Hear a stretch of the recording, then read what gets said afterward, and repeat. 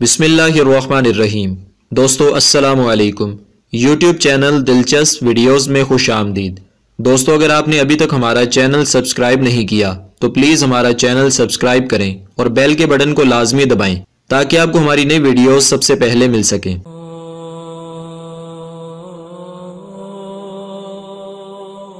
तफसीर रूहुल बयान में है, एक शख्स का बयान है कि एक मरतबा मैं इतना तंगदस्त हो गया कि भूख मिटाने के लिए मट्टी खानी पड़ी, मगर फिर भी भूख सताती रही। मैंने सोचा काश कोई ऐसा शख्स मिल जाए जो मुझे खाना खिला दे।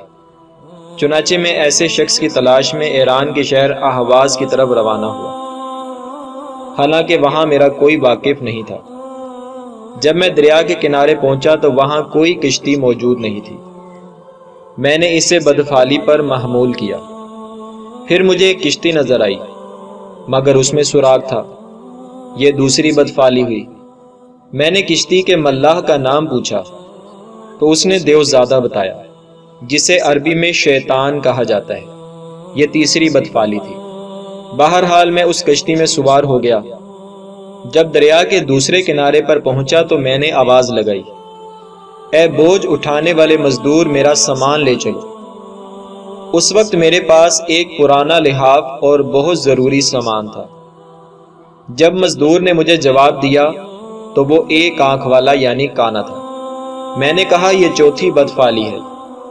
मेरे जी में आई कि यहाँ से वापस लौट जाने ही में आफियत है, लेकिन फिर अपनी हाजत को याद करके वापसी का इरादा तर्क कर दिया।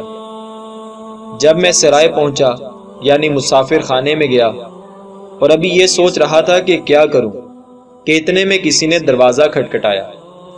मैंने पूछा कौन हो, तो जवाब मिला कि मैं आप ही से मिलना चाहता हूं। मैंने पूछा क्या तुम जानते हो कि मैं कौन हूं?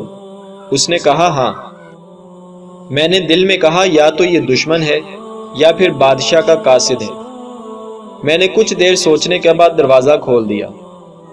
उस शख्स ने कहा कि मुझे फलां शख्स ने आपके पास भेजा है और ये पैगाम दिया है कि अगरचे मेरे आपसे इख्तलाफात हैं, लेकिन इखलाकी हकूक़ की अदायगी ज़रूरी है। मैंने आपके हालात सुने हैं, इसलिए मुझ पर लाजिम है कि आपकी ज़रूरियात की कफ़ालत करूं। अगर आप 1 या 2 माह तक हमारे यहाँ क़याम करें तो आपकी ज़िंदगी भर की कफ़ालत का मसला हल हो जाएगा, और अगर आप यहाँ से जाना चाहते हैं तो ये 30 दिनार हैं, इन्हें अपनी ज़रूरियात पर खर्च कर लीजिए और तशरीफ़ ले जाइए।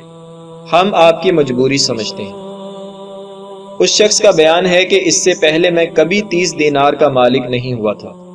नीज़ मुझ पर यह बात भी जाहिर हो गई कि बदशगुनी की कोई हकीकत नहीं है। अल्लाह ताला पारा 7 सूरह माइदा की आयत नंबर 90 में इरशाद फरमाता है, तर्जुमा कुरान है, ए ईमान वालो, शराब और जुआ और बुत और तीरों से फाल निकालना ये सब नापाकी है, शैतान के कामों में से हैं।